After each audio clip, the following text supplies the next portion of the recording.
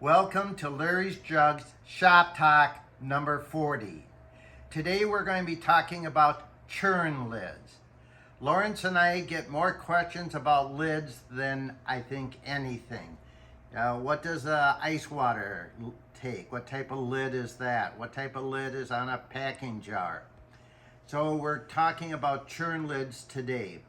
One of the reasons there's so little information about the churn lids or any lids. It's not basically in any of the catalogs, and the only information we've really been able to find, a lot of it has come from the dump. We put this together by finding pieces in the shop. We are delayed a week on this presentation because I had been looking for a salt glazed churn lid. This is probably not Red Wing, but it's the only one I could find. Typically during this period, you'll find many more Albany churn lids. And the reason you find, I think, more Albany, because it was easier in the kiln to put them under a crock, and you could fix them in a crock. Now, a few months ago, I purchased a salt glazed churn, and when I looked at the lid, it was a wooden lid. And I looked at it for quite a while, and I thought, this is not the typical wooden lid.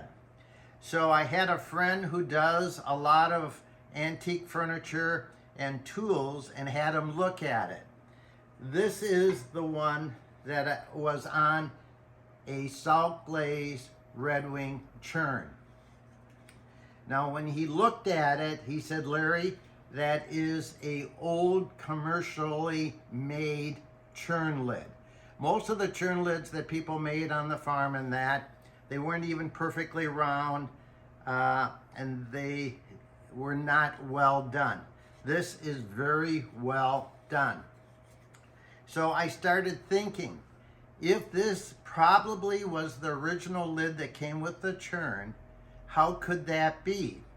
Well, in doing some research, I found in an 1895 catalog of Minnesota stoneware, they advertise wooden churn lids. 12 of them for $1. They advertise 12 dashers for $1.50. So Red Wing advertised Minnesota stoneware made wooden churn lids, and they advertised them in this catalog page, 12 of them for $1. We've never known for sure that they sold wooden churn lids. That could be the reason why it's so hard to find a salt glazed churn lid. They may have sold a lot more wooden. They'd be lighter, they didn't have to worry about breaking them. Since then, I've been continuing to look, and I found other churn lids that were really well made.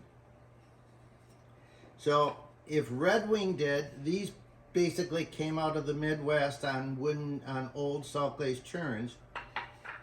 If Minnesota and Red Wing made wooden churn lids, the chances are other companies made them too. When we talk about churns, we're going to talk about 2-gallon churn lids. Here is a 2-gallon churn lid. This is a specially made lid for the milker. Western made this milker too. This happens to be one that Red Wing made. And it's got a little hole in it and a handle on it. This was also used for the milk, especially used for out of Iowa, Minigan Schladers. It was specially made for Minigan Schladers table relish also. Here's a common produced standard 2-gallon churn lid. Red Wing we talked about being really good business people. And one of the way I thought that was really smart for them, they did the 3 and the 4. So the churn lid was made for the 3 and the 4 gallon churn. They also did a 5 and a 6. So these would fit a 5 or a 6 gallon churn. By doing this, they saved 40% production on inventory. They didn't need 2 other churn lids to advertise. Now, one of the interesting things, they also did this is marked 4.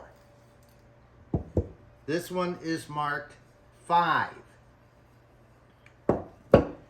This one is marked L, large. This one is marked 5L. Now, what do these mean? We assumed it means large. Back then, a lot of the churns were hand turned, and in hand turning, I'm sure people didn't make them all the same diameter across, so they need. So these are 5L and 5. The more interesting marks are the X's. This is 1X. This is 2X. And then this is 3X. Typically, we think X's being large. In this case, it probably meant they were smaller and they were made for a smaller diameter churn. Of all the lids I've got, one of the rarest ones I have in the shop right now is this 5 and a 6 gallon churn lid with a red wing on it. This is the only churn lid we know that has the red wing on it. So what you're going to find in churn lids, there's a lot of information. There's a lot of information we don't know about. And that's what's really exciting about churn lids. If you're going to want to get a churn, the best way to do it is bring your churn to a shop or the flea market, or take a piece of paper and draw out the inside. A lot of times the churns aren't perfectly round, and because they're not perfectly round, a 5 gallon churn lid that should fit it won't fit it. I've had some churns that were so out of round, there was no way I could put a lid on it. This is Larry's Jugs Shop Talk number 40, churn lids. Thank you.